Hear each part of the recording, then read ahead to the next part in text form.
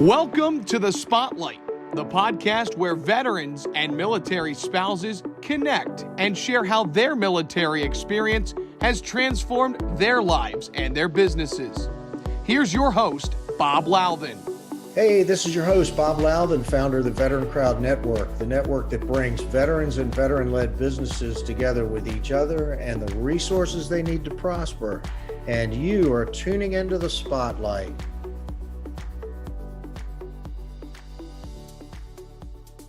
Welcome, everybody. My guests today are Keith Alaniz and Emily Miller of Rumi Spice. I have known this company since probably 2014. Kimberly Jung couldn't be with us today, another founder. But anyway, welcome to the program, Keith, Emily. Thank you for stepping into the spotlight. Thank you for having us. Hey, so let's go back. You guys, hey, folks, we have 3 combat engineers on the podcast today, so y'all are in trouble. We get to ruminate about that. So obviously, the best branch in the Army, without question. Is there any objection to that statement from you guys? No. Hey, Emily, let me take you back to high school. How did you end up going to West Point? And then Keith, we're going to find out how you ended up going into the Corps at Texas A&M. Yeah, it was really pure serendipity. I'd actually never heard of any of the military academies, and no one in my family had served in the military. And I think I had a great grandfather in World War I, but no one had been in the military, recently. And I really stumbled across it. A good friend of mine who I ran track with had done the summer program at the Naval Academy. And, I looked up the various schools and I was like, well, obviously it's not going to be the Navy. So I found out about West Point and I was hooked. I was just like, that's where I want to go. That's where I want to be. And just pretty much knew right away. Did you run track at West Point by any chance? I did. I ran track and cross country my first year. So my plebe year. What was your event? What was your best event? 800 was my specialty. That's Oh, what I love the most. Yeah. Middle distance speedster there. All right, Keith, how about you? How'd you end up going to Texas A&M? Are you a Texan by any chance? I am a Texan, born and raised in San Antonio, and come from a long line of Aggies. Although no one was in the, none of my immediate family was in the Corps. Although my grandfather served in the military. I guess I always knew I was going to go to the A&M. Just kind of wanted to go there since I was young, and be in the Corps. So that was never really a question in my mind. But I think joining the military, I joined. I actually enlisted in the reserves when I was still in high school, and thinking that a little bit of rebellious, like teenager kind of adventure, but also thinking that this would be a good way to pay for college. And that was prior to 9/11, and so 9/11 happened while I was in school, which sort of changed the motivations for what I was doing, and then it was all about going out and service to country. And how did you select the engineer branch? I know I'm curious what it's like at West Point, but basically at VMI for me, I sort of had a choice, and for the last couple of years, once I signed the contract. Was that the case at A&M? I think we had like an order of merit list, and we picked our top, 5, I guess, branches. And I think, engineers was the top one for me. I studied. I'm an engineer by schooling as well, so I studied engineering and thought it'd be a good. I was an engineer. I was an engineer so long ago. They still taught the course at Fort Belvoir, but I guess you guys went to Fort Leonard Wood, right? Yeah. And Emily, for the last 2 years at West Point, were you on an engineer track, or when did you kind of get on that track? Well, at West Point, your first 2 years, you're taking all the same courses, and then you pick your major, but everyone has to have an engineering minor, essentially. So I was an environmental engineer minor, and then I was a philosophy major, actually, for my full major. So it was an interesting choice for me to go engineer branch, but I was really attracted to it because it just seemed like smart people, problem solvers. And for me as a woman at the time, the combat exclusion policy was in place, and I wanted to be able to really lead a platoon. I wanted to lead lead soldiers. And that was one of those great branches that I could do it. And I actually ended up in a combat engineer battalion. So it was a great choice. I was really happy with. I don't want to dislocate my shoulder patting ourselves on the back, but I do think that the smartest people in the Army end up in the engineers. So anyway, so with that little editorial statement out of the way, so you guys get out. How did you guys meet? How did the two of you meet and meet Kimberly?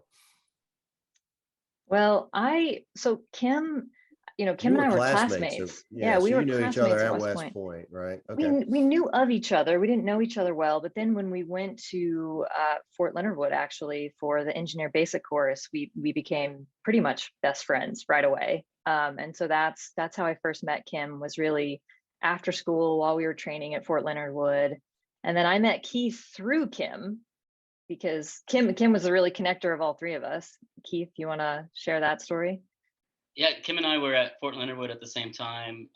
This was after the basic course. I think after the career course, we're both stationed we spent some time at Leonard Wood, and we knew of each other, but then we were able to serve on a mission that to support the Hurricane Sandy emergency response effort that the Corps of Engineers was supporting out there. So we were on that task force together, and that's how we really got to know each other well, and then just maintained a friendship as we went on from Leonard Wood.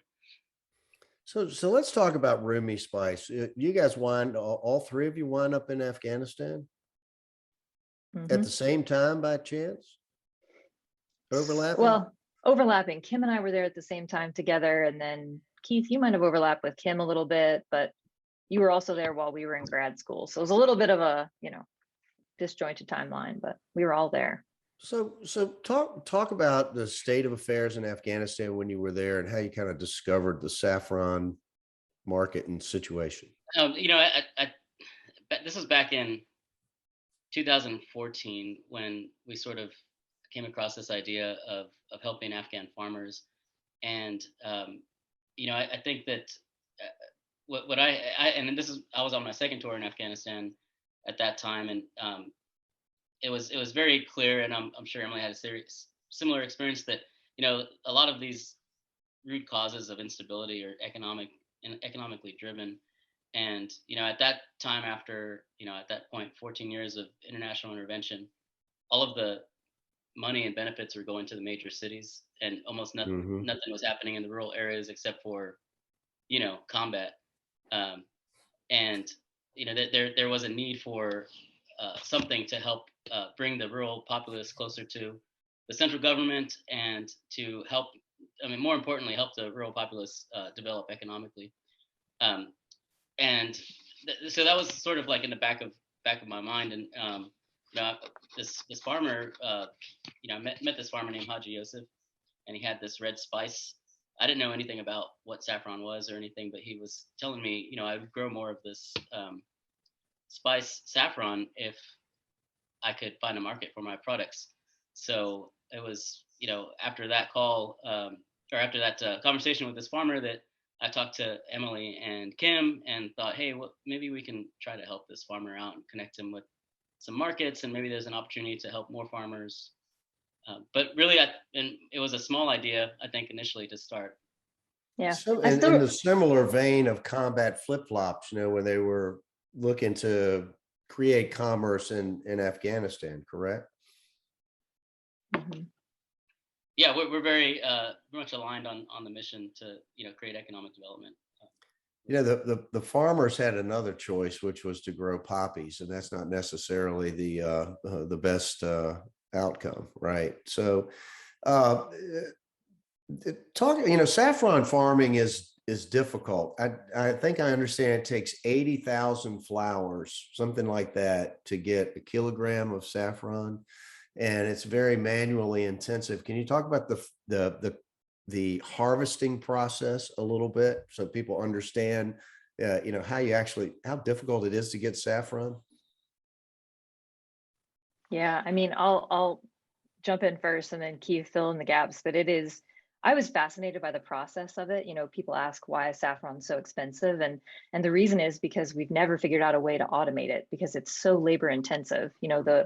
the crocus flower. It's this beautiful purple looking flower, and it is very resilient against kind of arid, dry climates. So it's kind of coming out of like the parched earth. And when it blooms once a year in September, October, usually October timeframe. And the flower blooms at dawn, and you have to get out there literally at dawn, hand pick these delicate flowers, and before the bugs and everything else gets to them, load up these flowers and then take it to a processing facility where you literally peel the individual saffron stigmas from the flower. And we've never figured out how to automate this, so it's all done by hand.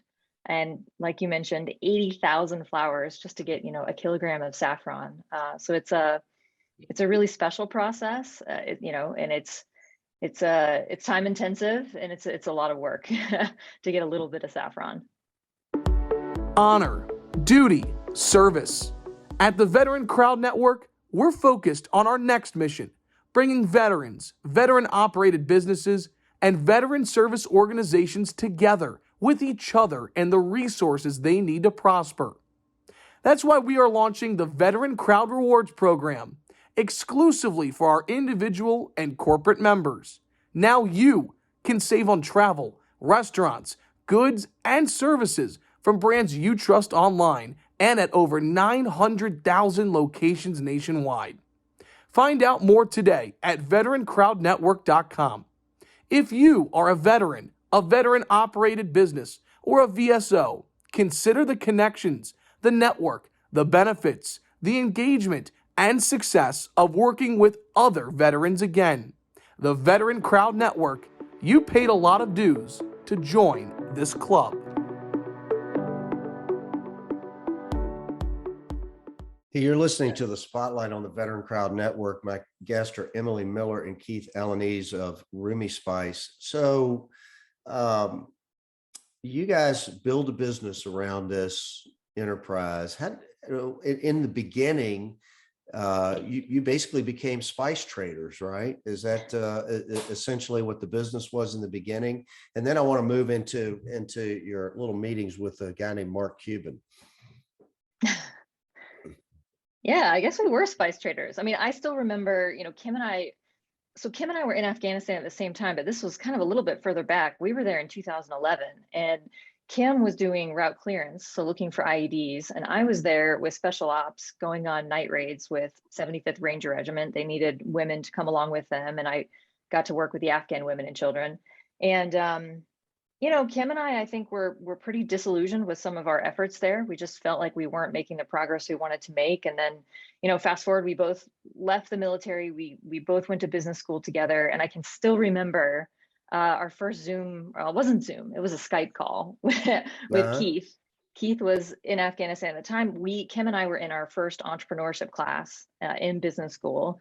And I remember, Keith was like, how about I just send you guys a shipment of saffron, a little bag of saffron. And Kim and I were like, yeah, I mean, I guess we can, try and sell it to restaurants and chefs around Boston. And that's literally how it started. I mean, we really were some, scrappy spice traders in the beginning. Definitely not knocking on doors too. Knocking on doors, not how I thought I would be spending, business school. Right. Yeah. So you're at Harvard Business School, knocking on doors at restaurants. Yeah, Keith, go ahead. It was a mini production facility in Emily and Kim's apartment. In Boston.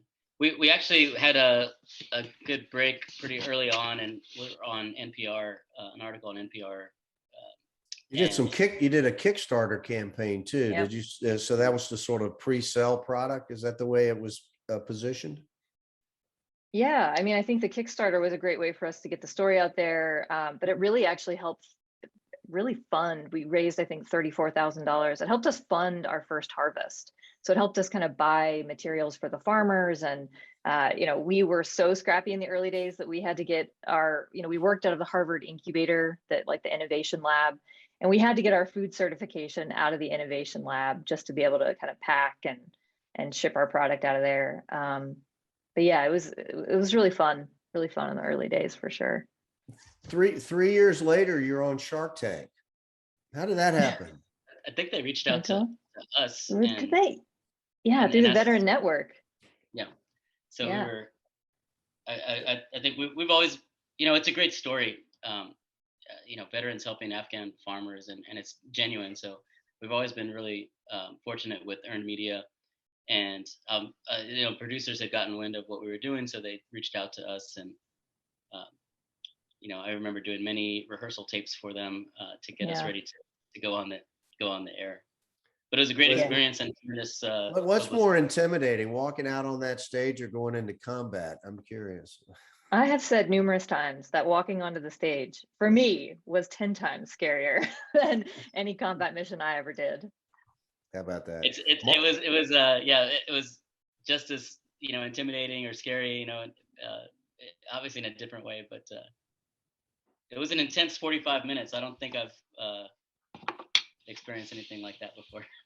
Well, you guys secured some funding with Mark Cuban, I think, and since then you've gotten some additional outside funding. Let me ask one quick question. I mean, how do you think your military experience has prepared you to be good entrepreneurs? For me,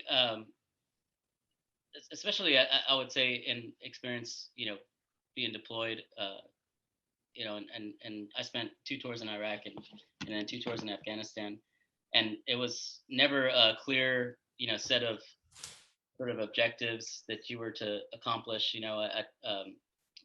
As engineers, we do route clearance missions, and then later I worked with the Corps of Engineers, but you're always sort of set with this like ambiguous kind of situation, like, hey, make this better, and like and you don't really know what to do, and so it's up to you to sort of like figure out what is that, take the vision and intent and then figure out how to make it happen with oftentimes limited resources. And that's exactly what being an entrepreneur is. You want to make your business successful. No one has a playbook of how to do it, and you have, especially as a startup, very limited resources. So you ever use the 5-paragraph op order to execute on your business plan or anything of that nature? I mean, I've kind of found myself organizing little things. Even today, I still think about 5-paragraph op orders and what is that initiate movement, sort of like all the rifle platoon leaders sort of playbook when you think about like how to plan a project. But actually, and I was just mentioning this the other day. I think what really helped Emily, Kim, and I work together is that we had this shared cultural understanding of the military background, and that made working together very, very easy. So I mean, there was a lot that didn't have to be said between us, and we just sort of knew what needed to be done and how to execute and how to share hardships in a lot of cases. Yeah. Hey, Emily, what impact had COVID had on the company the last couple of years? I'm sure it's been some adjustment as a result of that. Well, I will say in the early days of COVID, I was really, really nervous about what was about to happen to the economy, to small businesses everywhere. For us, it was a little bit of fortuitous timing. We had gotten national distribution in Whole Foods, I think about 6 to 9 months right before the pandemic hit. So our product was luckily on the shelves in stores. And I think what we found was a little bit opposite of what we expected. People had extra time on their hands. People were quarantining at home. The only thing they could really do was cook at home. So we found actually that people were getting, you hear all the stories about people making their own sourdough bread and all that kind of stuff. People were really getting curious about, well, I'm home, I'm with my family, I might as well get creative about what I cook. And there's no better, I guess, situation for Saffron than kind of curious consumers and cooks out there. So we were really lucky in the sense that our product was on the shelves. So when people did go to the store, they could pick up some Saffron. So I don't think we took the hard hit that we thought we would, and that was a lot of luck and good timing for the Whole Foods kind of rollout. Keith, would you? And you guys have added to you broadened your product line outside of Saffron as well. Actually, as Emily mentioned, we were already in Whole Foods shelves nationwide, and then one advantage. Well, so our revenues increased, 25% that year, where I think a lot of businesses struggle. So we're very fortunate there. We did totally lose our food service channel, which is, we did sell a lot to restaurants, and even despite like that go into zero, we were still able to grow our top line revenues because of the change in consumer behaviors. And then, having that Whole Foods distribution, and then also the advantage that we have a completely vertically integrated supply chain. I mean, we're touched down to the farmer, whereas the rest of the, most other, especially particularly in the spice aisle, most other companies relied on a lot of middlemen to get their product to market. And so supply chain disruptions really hit them hard. So that left a lot of open space on the shelves. And then when retailers like Whole Foods looked around, we were able to just say, hey, oh, we're doing great. We have no supply chain disruptions. By the way, we have these other 12 products. And so now we have 12 products on the stores, on the shelves in Whole Foods nationwide. And other Keith, is your supply chain been disrupted by the withdrawal of the United States military from Afghanistan? I mean, what impact did that have on the business? Yeah, actually, I'm particularly proud of this because early on, Emily, Kim, and I decided to go what at that time was the harder route and not take any sort of like free money available through grants and not sort of tie ourselves to the US government or even the Afghan government. And we were really consciously building a business that was for profit and long-term sustainable. So we kind of kept a distance away from, any kind of free money that was out there.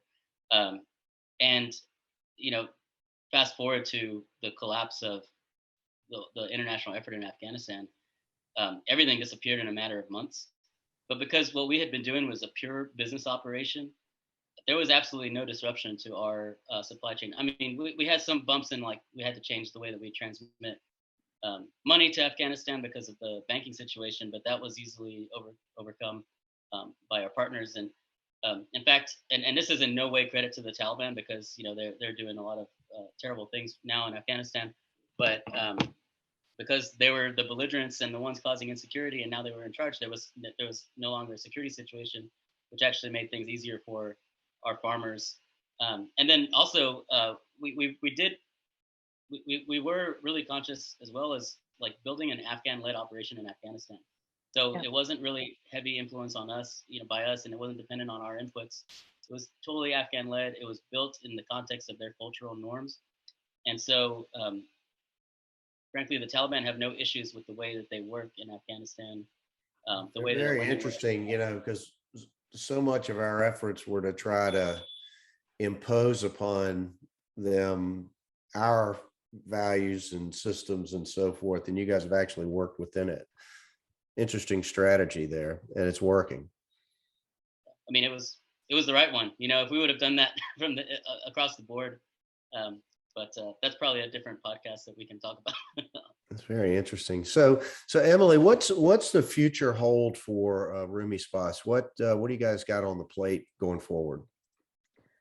I mean, I'll let Keith fill in what I'm missing here, but I think for us, really continuing to innovate on the products themselves. So this kind of, product innovation around, saffron, I think, is always going to be the core kind of staple, at the heart of really who we are and what we do. But I think what we're really looking forward to is, we've done these really amazing assortment of spice blends and figuring out kind of what's next in terms of our own product innovation and getting our products into the hands of more people. And Keith, finally, as in addition to popping into Whole Foods, how do people get in touch with Rumi Spice? You can find us at rumispice.com, RUMISPICE. You can find us on Amazon, and we're 1,500 other retailers nationwide, so we're very likely you can find us on the shelves near wherever you are. Well, this is a great story. I really appreciate you guys stepping into the spotlight today. Again, thank you for doing this. Fascinating story, and I'm really glad that things are working out even with all of the turmoil from COVID. And you were probably very well positioned. Divine providence, but probably a lot of good thought went into that as well. So congratulations on the success of the business. Thanks so much. Thanks for having us. Hey, you've been listening to the Spotlight on the Veteran Crowd Network. My guests have been Keith Alaniz and Emily Miller of Rumi Spice. Let's go check them out. Go to rumispice.com, pop into Whole Foods, pick up some saffron, put it on some rice, or find some other recipes and just enjoy their product. Again, good West Point grads and Texas A&M. I will throw out an Army Bravo Zulu to you guys and an Essayons for being engineers. Thanks for stepping into the spotlight, folks, and that's a wrap.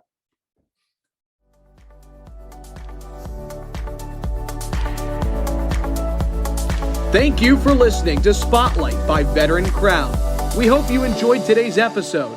For more information and uploads, please visit our website at VeteranCrowdNetwork.com. We'll see you next time.